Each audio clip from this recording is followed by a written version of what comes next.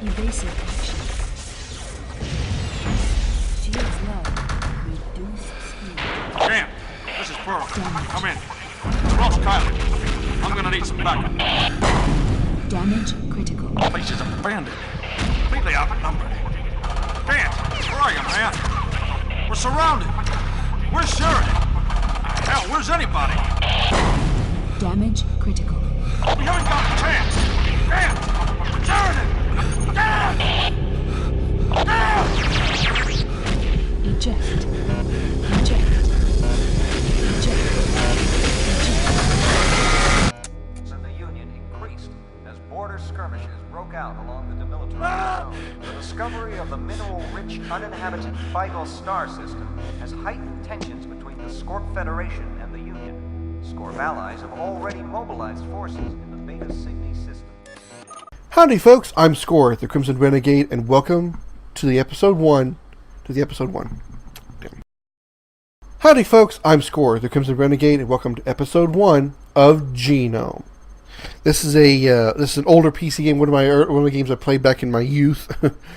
I love this is a very, it's actually, honestly, it's not a very good game overall. It's got a lot of glitches and bugs, and it's very old, so the graphics are very, very dated and very poor. Just giving you a heads up now. But this game, in a way, you could say, even though it probably didn't directly influence them, you could probably say this game influenced both MechWarrior and Titanfall, because essentially this game really combines the best of both those worlds. You actually can pilot mech-like vehicles from MechWarrior, which in my opinion are different from the Titans from Titanfall, but again, that's just my opinion. But it also allows you to switch vehicles on the battlefield. You can actually leave a vehicle, or if your vehicle gets destroyed, you get forced out of it, and you can walk around and actually hijack, or commandeer, either way it goes, another vehicle, another mech. So, like I said, that's why I say it combines the best of. It combines MechWarrior with mech type action with Titanfall, allowing you to become a person on the battlefield and be able to switch your mechs on the battlefield. Of course, when you're on foot, you're squishing. You can be killed like that. But anyway, this is an older PC game. I forgot. I meant to look up the wiki before I actually started this. Recording to find exactly what year it came out. But it was it came free with a computer that I got way back in early mid '90s, something like that. So, it's a game developer. The game developer, just to tell you how old this game is, this game developer was 7th Level. That's the name of the company. It was actually called 7th Level. It was you may recognize this name. You may recognize the name Eidos Interactive, EIDOS, Eidos Interactive. They did the remake, or I guess you can say the PC re-release of Final Fantasy VII. They essentially did the, I guess you can say, sequel or spin-off to this game called Dominion. I know I'm throwing a lot of names out here, but I'm trying to give you an idea of where this game came from. Eidos was responsible for Dominion, which was the spin-off or sequel to this game, G-Nome, which was made by 7th Level. I believe 7th Level was either sold or just collapsed and became Eidos or something like that, but it can kind of give you like an ancestry tree of where this game came from. It came from the company of Eidos Interactive, so you get an idea there. What I'm going to do is I'm going to do several missions. I'm going to do the entire main campaign. There is a multiplayer mode that allows you to do some competitive multiplayer as well as some cooperative competitive co-op, where you have Team 1 and Team 2, and you're trying to compete for a certain objective, something like that. I'm not going to show off the multiplayer stuff, mainly because I only one person. I can't really show off any multiplayer. There's no matchmaking or anything, and even if there was, there's nobody to matchmake with. Nobody on this planet right now, except for me, is playing this game, I promise you. So, anyway, getting into this, we're going to do the single-player mode. I'm going to do some adjustments here. This is, like I said, this is completely a PC game, so the recording setup is going to be kind of weird, a little bit different. For you guys, you probably won't really notice much of a difference, but the way I've got this set up here, I'm not really holding a controller in my hand. Actually, I have my keyboard in my lap, because that's how I have to control the game is via keyboard. I'm trying to make some adjustments here so I can be comfortable.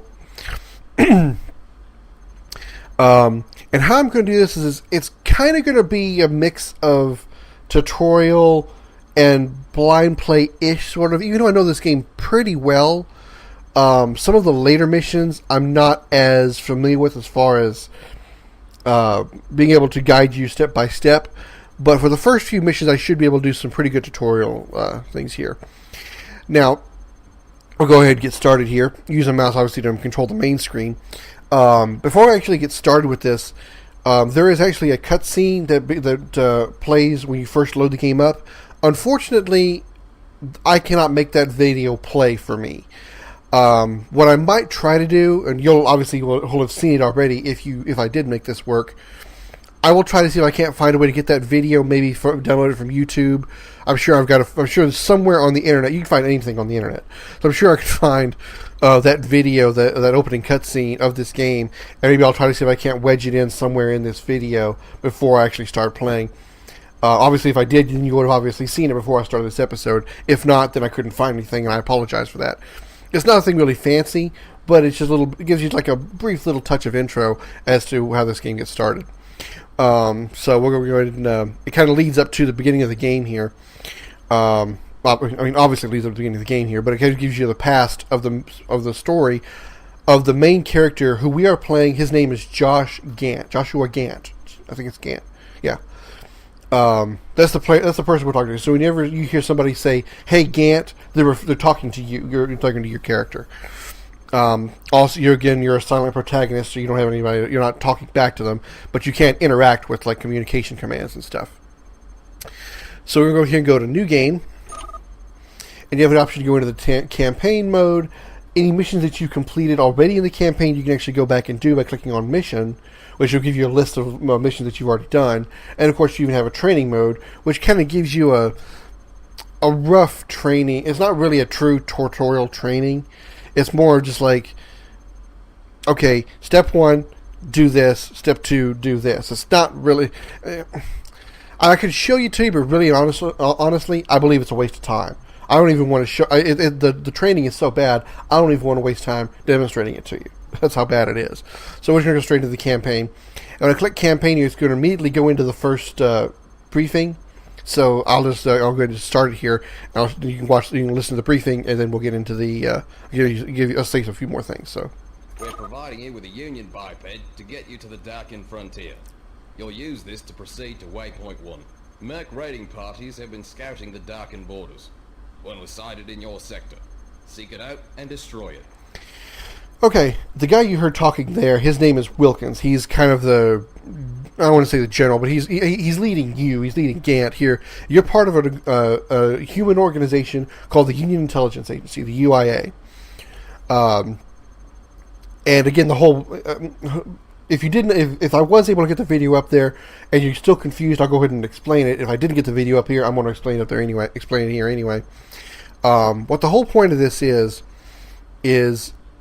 you are a soldier in the Union Intelligence Agency, the UIA, the Union, and you were sent to a planet called Rue Helen, where a dangerous experiment is either in the process. Again, it's been a while since I've seen the opening cinematic, so I'm missing some things in my memory, but. A dangerous organism called the G-Nome, which is it's basically a giant monster, more or less. And there's 4 alien races, including the humans. There's 4 races of people actually trying to get to this G-Nome, because I think it's going to be some kind of super weapon that's going to tilt the war in their favor. And of these 4, the humans are one of them, the Union. Your job as Joshua Gant is to try to get to the G-Nome first. And what you see in the opening cinematic is Wilkins telling you what's going on, explain the G-Nome to you, introduce you to some of the characters you're going to meet a little bit later in the game, and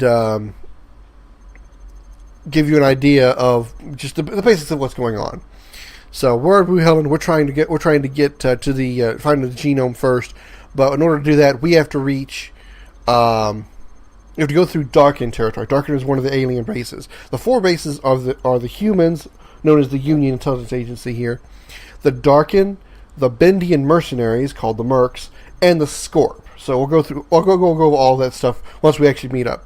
But what we're going to be going through Darkin territory. But there's going to be mercenaries, the Bendian Mercs that I was just talking about, the story Mark raiding party. That's going to be the first group we're going to be coming across. So even though we're in Darkin territory, we have to deal with the Mercs first. I don't know why that is, but it is. So we're going to go ahead and launch here, and here we go. All right, let me. I have to do this every time. So let me tap H here, and then hit exit. Okay. I'm going to have to do this every time. The way this game is so old that it can't load all the textures properly the first time. So I'm going to have to, every time I enter a new vehicle or spawn a new, or launch a new mission, so as you might have seen a moment ago, the entire screen, most of the screen was still blank, still black. I have to pull up the help screen, leave the help screen, and then everything will load properly. Again, not much I can do about it. It's an old game. The game is so old and so poorly supported by, it wasn't a very popular game, so there wasn't like a whole lot of mods or anything, so nobody's really made any patches to fix these kind of things. So I apologize for the little twerks. No, there's no ass shaking here. Little tweaks and things I have to do during the game to kind of make it work. So you kind of work with me on that, and I apologize for that. But okay. Anyway, we have to. You might remember we need to commandeer a vehicle. The vehicle is right in front of us. You see this little red mech-looking thing in front of us. We're actually on foot, and I can show you that. Go ahead here to an external view of us. There's what we look like. We're this little tiny white guy in a white armor suit here. We are a Union soldier, as I said. So this is a third-person perspective. And go back into the first-person view, and let's get our HUD back. There we go. All right, so we have two weapons. You see at the top of the screen, 1 and 2. 1 is a little hand laser, and 2, since I have limited ammo, I'm not going to use it right now. But 2 fires what's called a gasher.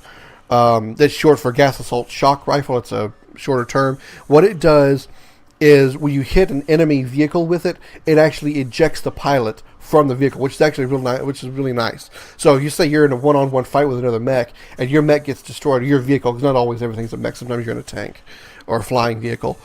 But let's say your vehicle gets destroyed, you get ejected out, you're on foot, you're not totally defenseless. You're not totally screwed just because you're an on-foot soldier against another vehicle. You can't actually defend yourself by using the gasher. You shoot the gasher at the enemy vehicle, it knocks the pilot out, and if you're good enough with your main gun, you can gun him down and steal his vehicle. So it's a really nice thing to have. One downside to this game is that even though you can I'm actually standing still, but I'm turning my head left and right. Even though I'm turning my head left and right, apparently my gun is bolted to my chest, and I can only fire in the direction that I'm facing on foot. I don't know why that is. Unfortunately, that's just the case. No matter which way you're looking, you're always going to shoot directly in front of you when you're on foot. Luckily, that's not the issue when you're in vehicles. If a vehicle has a moving turret, the actual weapons will turn with the turret. But unfortunately, on foot, that doesn't happen. So let's go ahead and get in our vehicle here. We're going to go full speed here. We're going to run as fast as we possibly can on our little tiny legs over here. And we're going to get in this. This vehicle here is called a Union Sentry Hawk. Hawk is this game's version of this game's name for mechs, essentially. There we go. We're inside the Union Sentry Hawk, as you just heard it say. Let's get the full HUD up here. There we go. And get a good look at it from the outside. This is a Union Sentry Hawk. Like I was just trying to say, the Hawk is this game's version of a mech. Hawk is actually an acronym for Heavy Assault Weapons Chassis, I believe. Or Heavy Armored Weapons Chassis. I forget. It's one or the other. But pretty much anything that's a walking vehicle is considered a Hawk. But you have tanks and flying vehicles as well. They can be just as powerful. It's not quite like MechWarrior, where the mechs are the most powerful thing on the field, and tanks are easily squishable, and airplanes are easily destroyed. That's not the case. Pretty much everything is well balanced. I mean, obviously there are stronger Hawks that are stronger than this one. But for example, if I were to go up against the tank, it could destroy me just as easily as I could it. It's not like I could walk up to it and stomp it like you can the MechWarriors. The tanks would be stomped in MechWarrior. It's not that easy. So let's go back inside. Get our HUD back again. Again, I apologize for having to keep pulling this up every time. As you can see, there's a lot of series of controls right here. You got a couple of pages worth here. I'm not going to really go over all of them, but I'm just going to. If you want to play the game yourself to learn all the controls, that's fine. But I'm just going to use the controls that I've got. As you can see at the top of the screen, our weapons have changed. Upper left-hand corner, we now have we still have only 2 weapons. We have a flechette gun, which fires bullets, and we have the second weapon, which actually fires a pulse cannon. Ammunition-based weapons usually have a number by them, as you can tell next to that one there. See, it says 200. We have 200 ammo for our flechette gun, for our little, which is basically a little tiny. I wouldn't say it's a minigun, more like it's a miniature. It's a mech. I say miniature. It's a mech-sized pulse rifle, assault rifle. It fires ammunition-based weaponry. It just fires a little pulse. You can see, I know that little bullet right there that you hear and see. That's all that is. That is ammunition-based weaponry. That can run out. However, number 2, if I fire it, is energy-based weaponry. That does not have is not based on ammunition. Obviously, it's only based on how much power you have, and that is in the lower right-hand corner. You see the little hologram of our mech down here. And you see the 2 green bars. Each one of those bars is means one thing or another. The left bar, and while the HUD itself will be different in every vehicle, for the most part, actually I can probably say I can guarantee every vehicle that you can be in, because you can get in structures too, and that looks totally different. But every vehicle that you get in, you'll always have your unit's vehicle's appearance on the right. And the right side bar will be its energy. Or is that shields? Hang on. Okay, that's shields. The right side bar indicates your shields. So you actually have a little bit of a shield before your mech actually takes damage itself. The bar on the left indicates its energy. So you notice when I fired my energy cannon, the bar dropped a little bit and then restored. So when you fire an energy weapon, it has to recharge. In order to recharge, it has to use your vehicle's energy supply. And when that's happening, your energy supply will drop while it's charging. Once it's not charging that weapon anymore, it'll fully recharge. Now your shields can also recharge, but that also requires energy. So if your shields are getting low, you may want to stop using energy weapons. That way you can your energy reserves and go towards your shields. I know it's a lot to take in at once, but that's how it kind of works.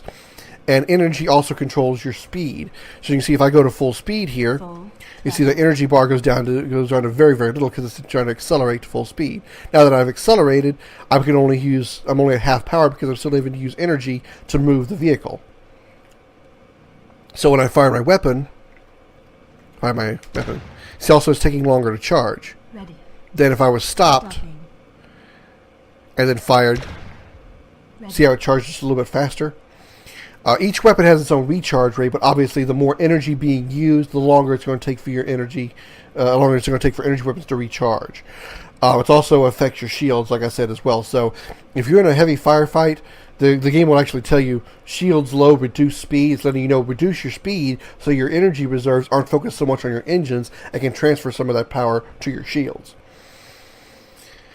So obviously the more energy weapons you have and the more you fire them, the more energy you're going to use. So, alright, let's get started here. We need to find two mech enemy merc hawks here.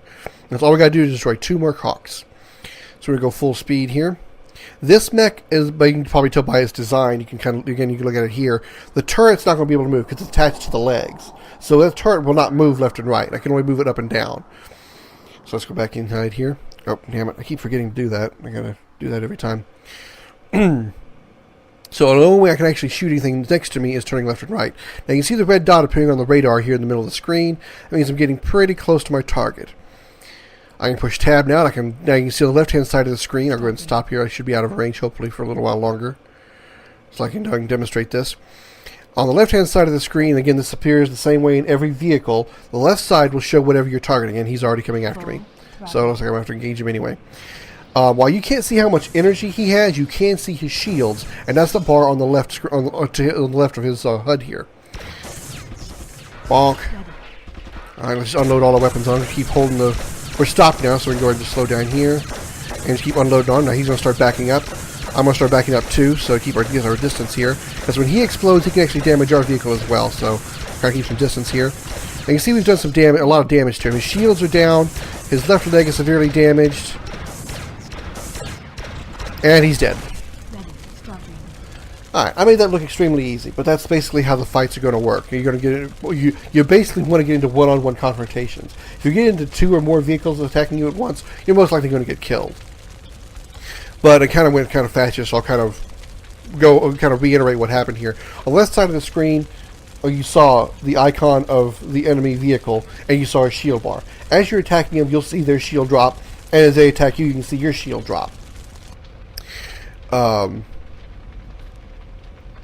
Once their shields are down, you're going to be able to do damage directly to the vehicle. Now, I believe ammunition-based weaponry bypasses shields. So the bullets, these bullets here, and rockets, missiles, those kind of things, I believe they bypass shields, or if they don't bypass them directly, they do direct damage to the hull of the vehicle and the shields, whereas energy-based weaponry has to get through the shields before it damages the hull, I think. I don't have exact numbers to verify this for sure, but from my experience, it always seems that the energy weapons did a lot more damage to the hull when the shields were down. And ammunition-based weaponry still seem to do more damage to the hull than energy weapons with a shield up. I know it's, again, kind of convoluted here, but I think you understand what I'm saying. Again, this is just from my experience. I could be wrong, but I believe ammunition-based weaponry can penetrate shields, whereas energy weapons can't do damage to the hull until the shields are completely down. Also, you notice that the vehicle, as it was taking damage, was getting damage in different areas on the HUD. You know, its left leg on the lower side was getting red, and you could see it visibly on the screen. So, a little detail there. So you can tell if you've got a weak point on the vehicle, you might want to focus on that spot and kill it a lot quicker. As far as weak points on vehicles, there's not really any specific weak points per se. Pretty much any spot that you destroy will destroy the entire vehicle, with the exception of weapons.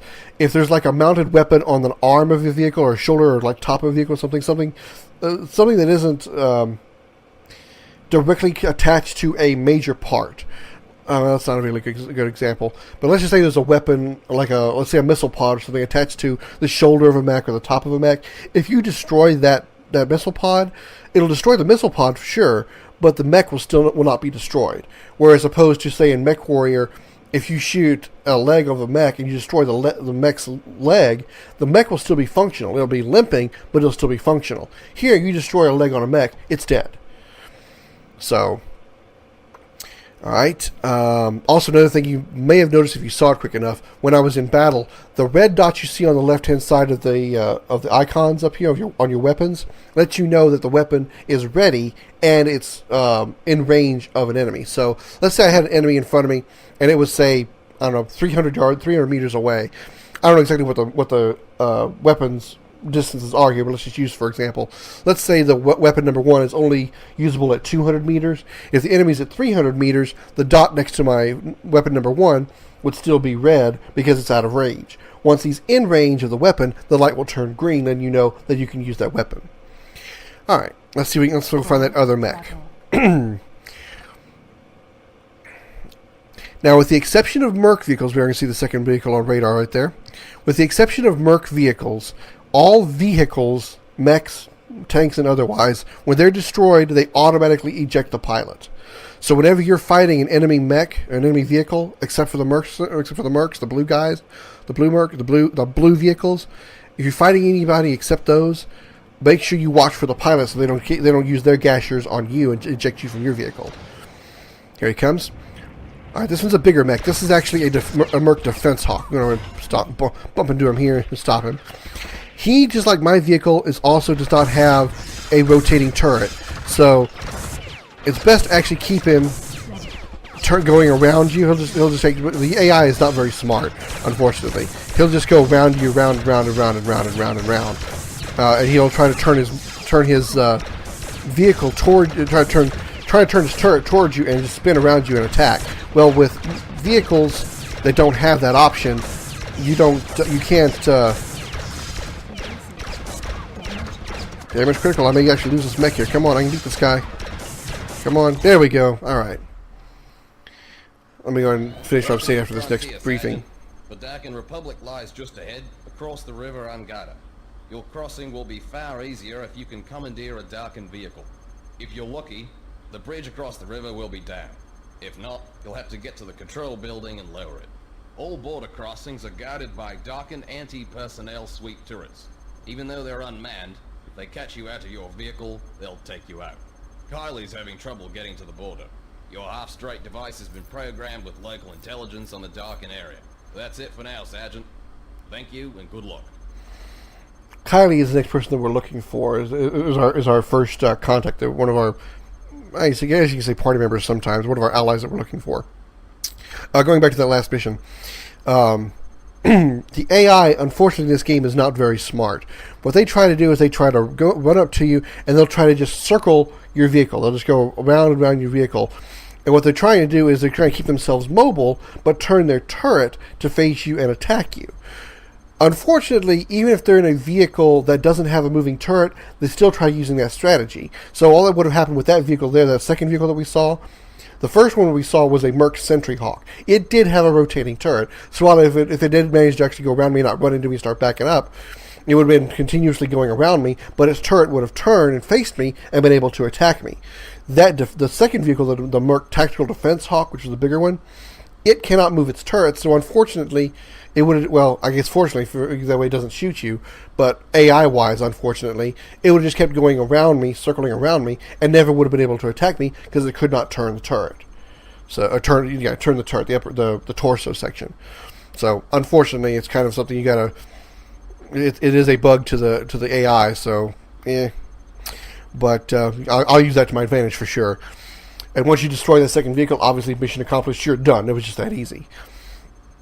As I was saying, going back to the vehicles, each vehicle's race has a specific color. The Unions, for the most part, is going to be white or red in color.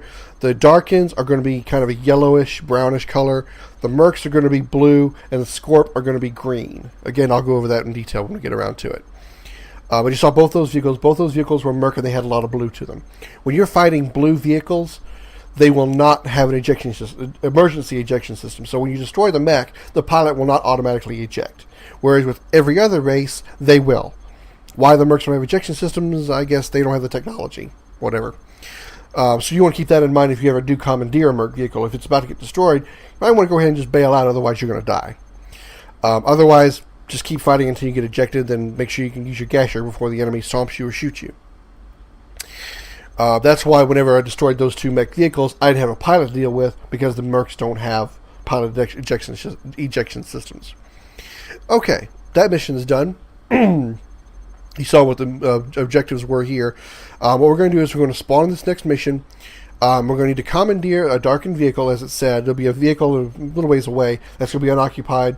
We're going to get in it, and then we continue on the mission. We need to actually cross River Angada and get into darkened territory. And we will do that in the next episode of G-Nome.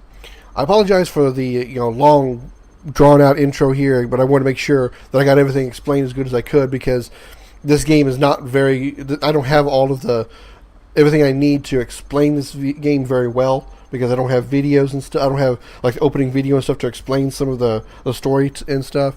So I'm going to try to do the best I can to explain it to you. And I apologize mostly for the technical issues, like the HUD not appearing and stuff.